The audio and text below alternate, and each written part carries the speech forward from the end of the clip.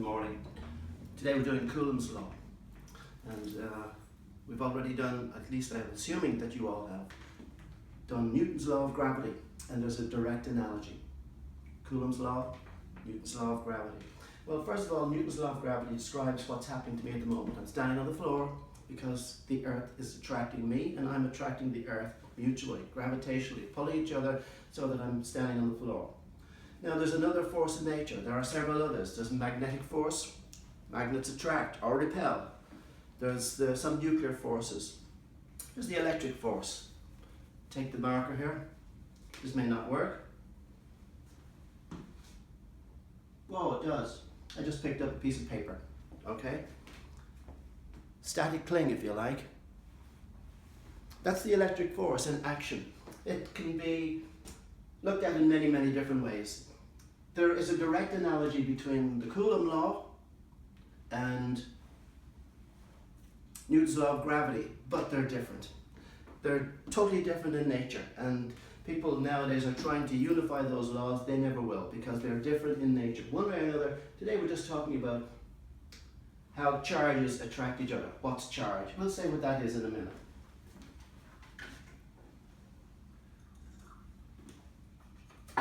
Electric charge. It was well known, even to the ancient Greeks. Okay, so amount of mass is measured in kilograms. How much mass we have is measured in kilograms. How much charge we have is measured in coulombs. We can have an amount of electric charge. Now that's difficult to think about, so let's do this. You can charge up a plastic rod.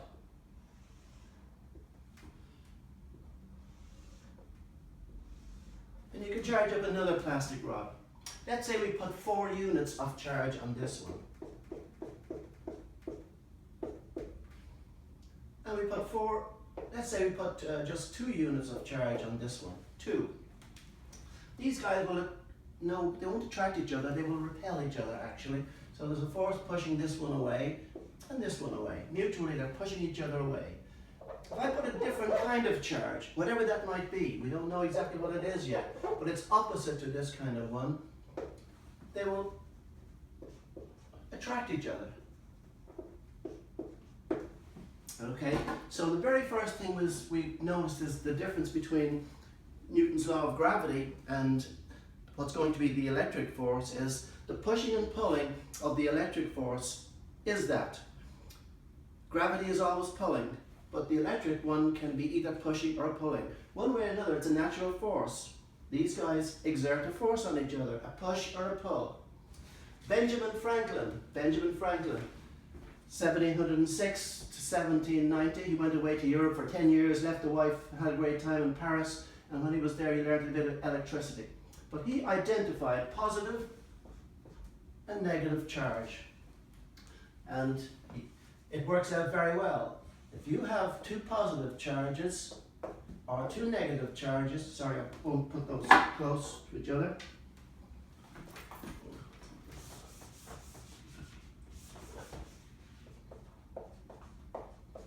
Two positive charges, 2 similar kinds of charges, whatever they might be,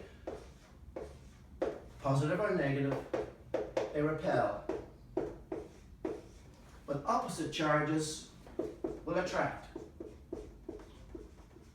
That's very much like the north and the south pole of a magnet.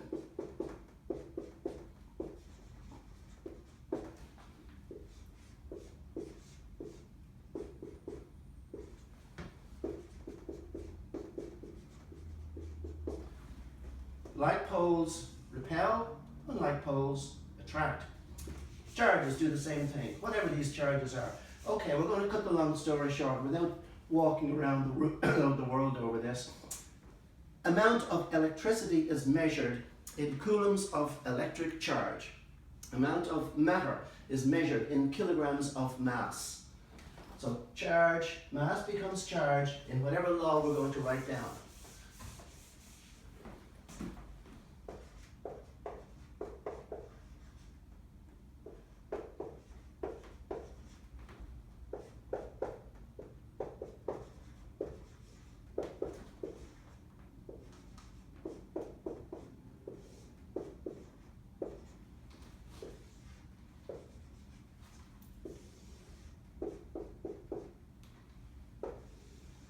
Newton's law of gravity, two masses, little m and big M, separated by a distance r between their centres of mass. The two masses are attracted by a force whose magnitude is given by the g times the little m times the big M over the distance squared. And g is the universal constant of gravitation measured by Henry Cavendish, who comes into this story too, because he used a Coulomb he used a torsion balance to measure the little g.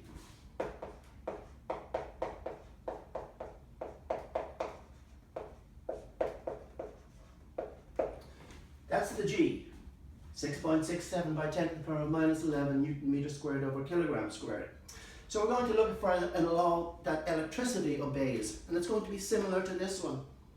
Actually, it's going to be pretty close, except that we're going to throw out all the parameters that are gravitationally related and put in ones that are electrically related. Here's the shortcut to the law first, and then I'll talk around it in greater detail later. The force between any two charges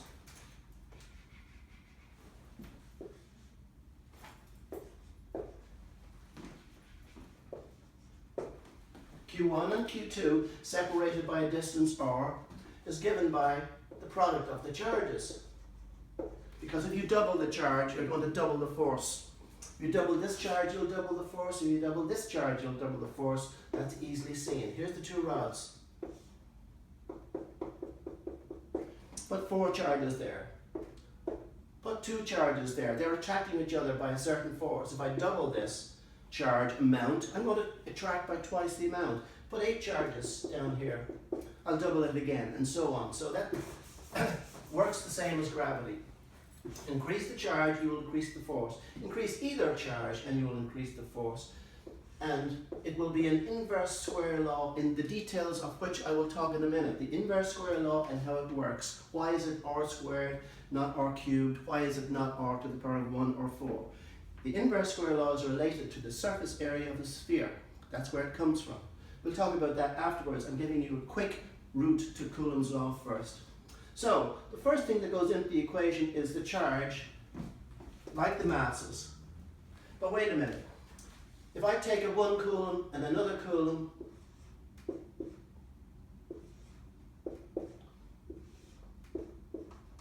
and separate them by a distance of 1 meter, okay?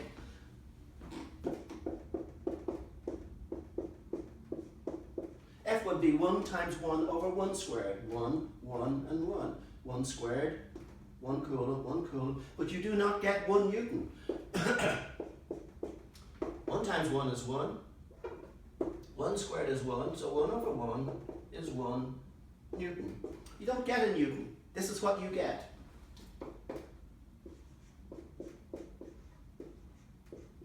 You get 9 by 10 to the power of 9 newtons. You get a much bigger number. That's a huge number. It's 9,000 million newtons. Okay, so you don't get that, so you have to put in a number to correct for that, and we'll call that K. Now that's a quick run into Coulombs law. Let's backtrack now and take our time more slowly and look at Coulombs law step by step.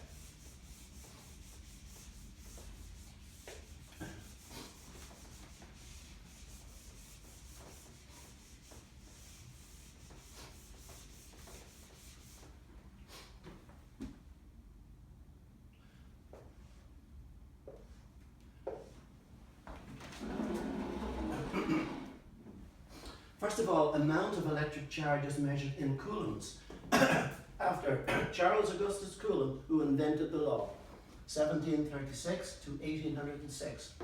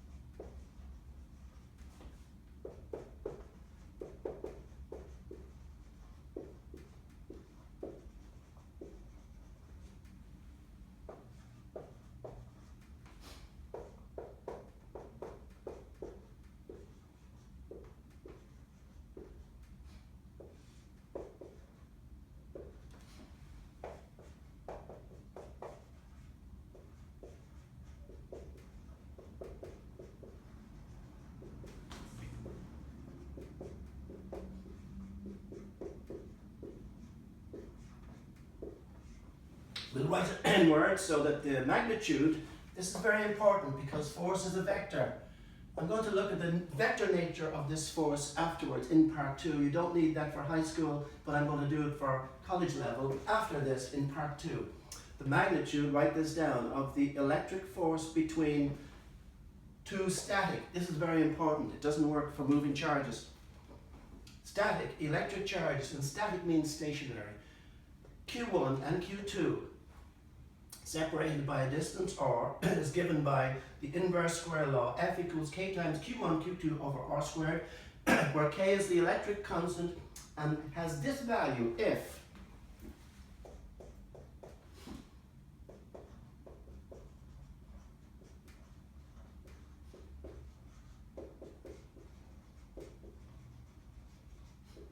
R is in meters and Q is in coulombs, okay?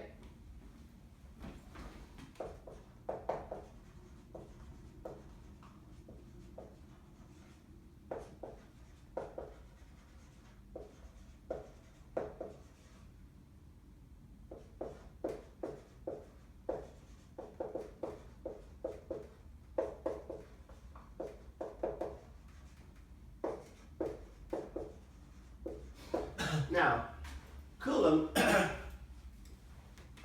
measured the K, the electric constant, using John Mitchell's torch and balance. So I put John Mitchell in, I forget when he lived and died. He's a very important character.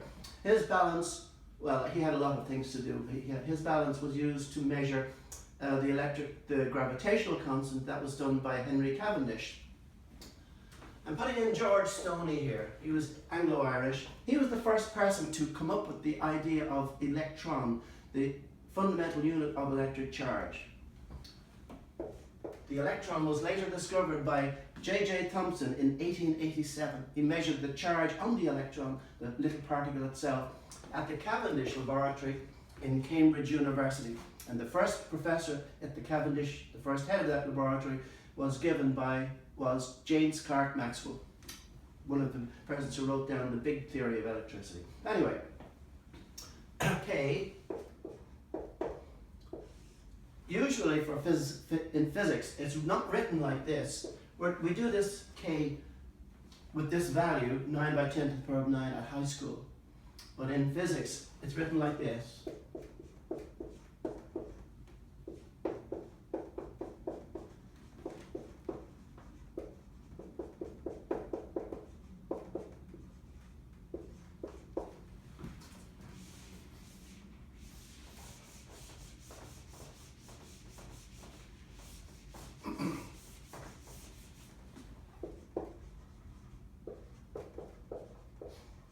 This epsilon 0 is called the permittivity of free space.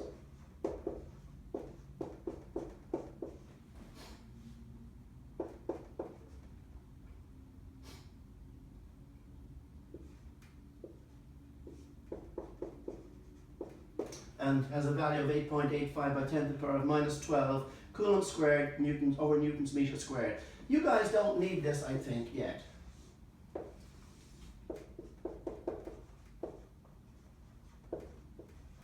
So we'll file it away, but that's just for the record.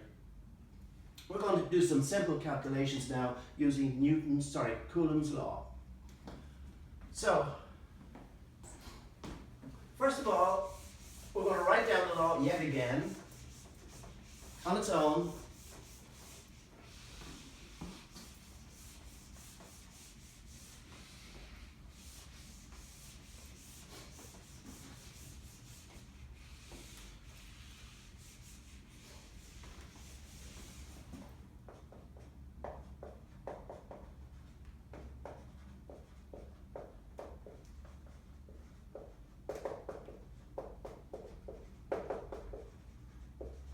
Newton's law of gravity involves mass, gravity, and distance.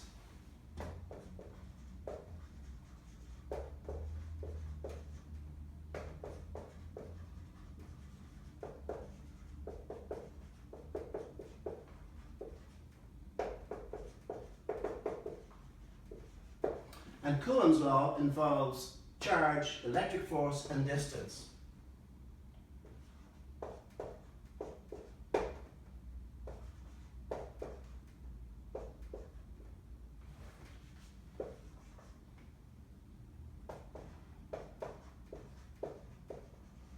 So wherever we had a G in Newton's law, it's going to be a K for the electric constant. Wherever we had a mass, it's becoming a charge in coulombs in the electric law, but the distance is still there, okay?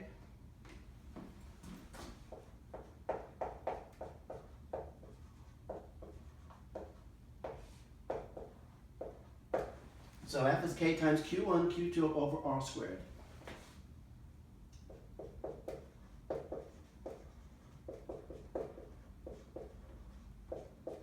We want to find units for K.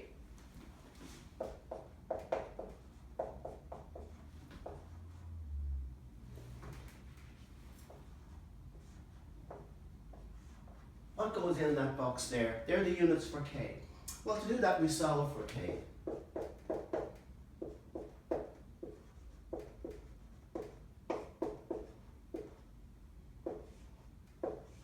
Now, to solve for anything, you multiply by a reciprocal. Reciprocal of 3/4 is 4/3, and 3/4 times 4/3 is 1. And if you do something to the left-hand side of it, right-hand side of an equation, you also have to do it to the right. So we multiply by the reciprocal of this fraction. And the reciprocal of this is the thing upside down. I have to do the same on this side.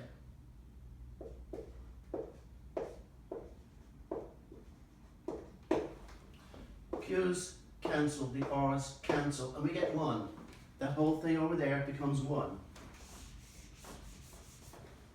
We don't have to write down the 1, it's just K. These are the units of K. Well, force is measured in newtons. Distance squared is meters squared. Charge times charge is coulombs times coulombs. So the units of K are newtons, meters squared over coulombs squared.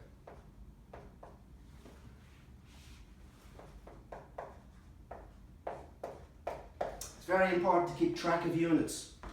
People get lazy over it. And to know where they come from in constants. So, let's do an example.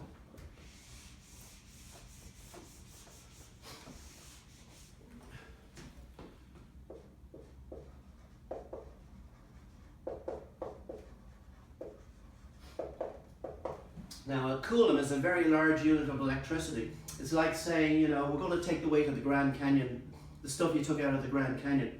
That's how big it is in mass. Okay. Or the weight of one of the Great Lakes. But, you know, people use around, in mass terms, they use kilograms. It's a much smaller unit of mass. So, what we do in coulombs, usually, problems crop up to you in textbooks using microcoulombs.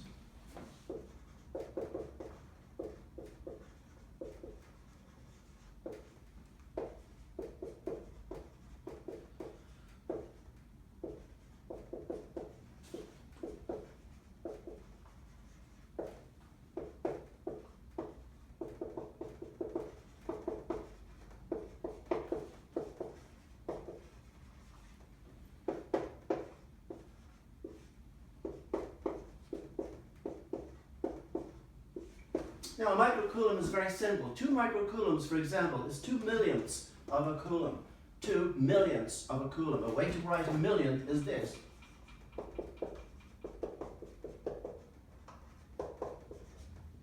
It means micro, millionth. Micro is 10 to the power of minus 6.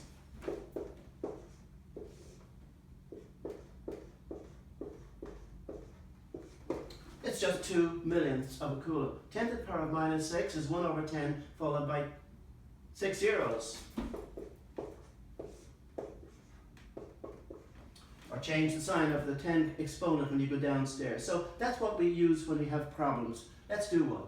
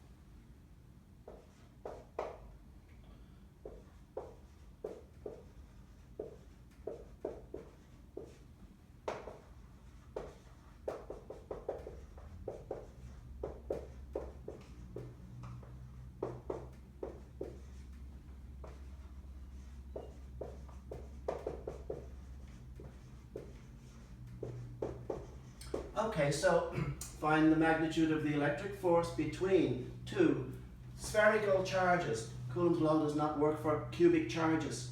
That changes it. 2 microcoulombs and 4 microcoulombs respectively, separated by a distance of 4 meters. It's very simple.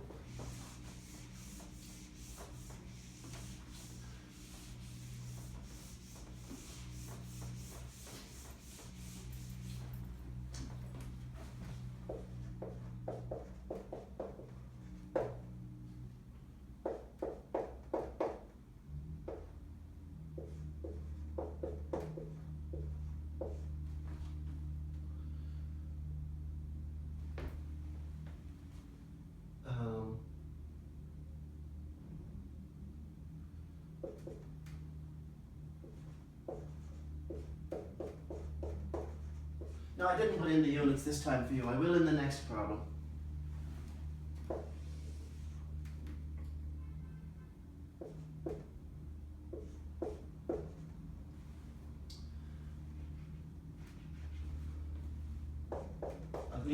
I'll just put in newtons for this one. The next problem I put in newtons, show you how to handle them. So we go, gather up all the numbers first and put in for the powers of 10.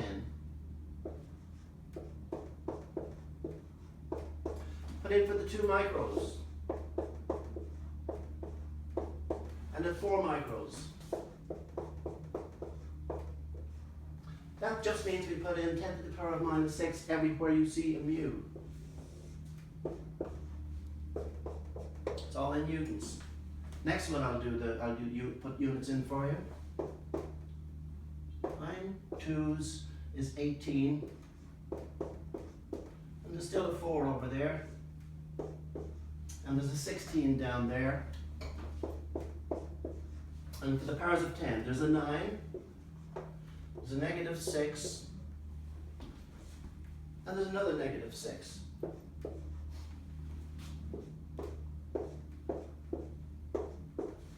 So we'll cancel a 4 in here, and 4 goes into that. 3 4s 12, 4 4s is 16, 4.2, sorry, 4.5.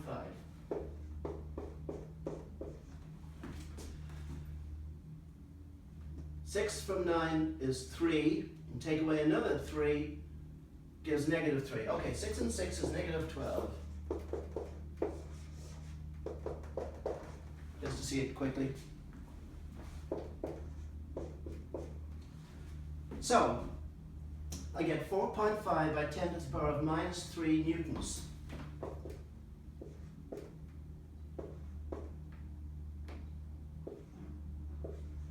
Now 4.5 by 10 to the power of minus 3, 10 to the power of minus 1, 10 to the power of minus 2, 10 to the power of minus 3. I'll move the decimal point over that place, that direction, 3 times. This is the answer, but some people might want to see it that way. This is fine. Okay? Let's do another example. Actually, I'll do the other example in part 2 because the YouTube will be running out of time and I better post it. Part 2 is coming up. Part 2 will be tricky. We'll look at the electric field and we'll look at the vector nature of this, because this is really a vector.